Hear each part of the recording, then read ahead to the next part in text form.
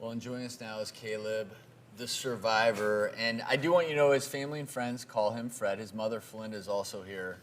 Welcome to you both. And I'm sitting there looking at that tape piece.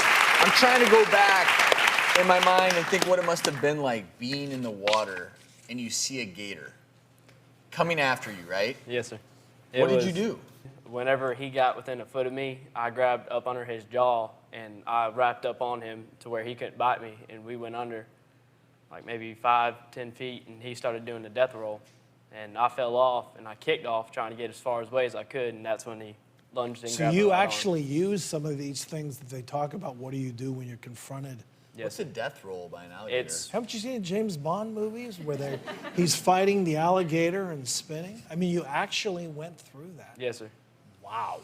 I was had my legs wrapped around him, I had my arms wrapped around his head and legs wrapped around his body, and I got a whole bunch of scratches on my stomach and chest from his claws, too. I want everyone to see how big this 11-foot gator was. This is a life-size poster.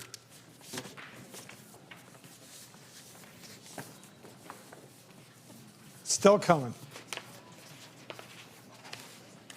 What do you all think? 11-foot alligator. And the worst part, he was hungry. So this, let's put this behind, but this is what you were dealing with. And so what I'm curious about is you basically go toe-to-toe with an alligator that is twice the size of you, if not bigger, in terms of length. And then you notice you've lost your arm. Did that occur to you while you're underwater that he has my arm? Yes, sir. Everything that happened, I was aware of it. It was like everything slowed down in time. Like whenever I fell off and kicked off, I could see his tail, his back, and I could see his head, and I could see his eyes under the water. He lunged, and his mouth or his teeth were right here, but I pulled out, and he chomped right here, and he just stopped moving. Like I've never seen it before, and I was within a foot of the surface, so I went up and got a breath, and he wasn't moving. So I was like, well, I can't stay here because then he'll just take me under and drown.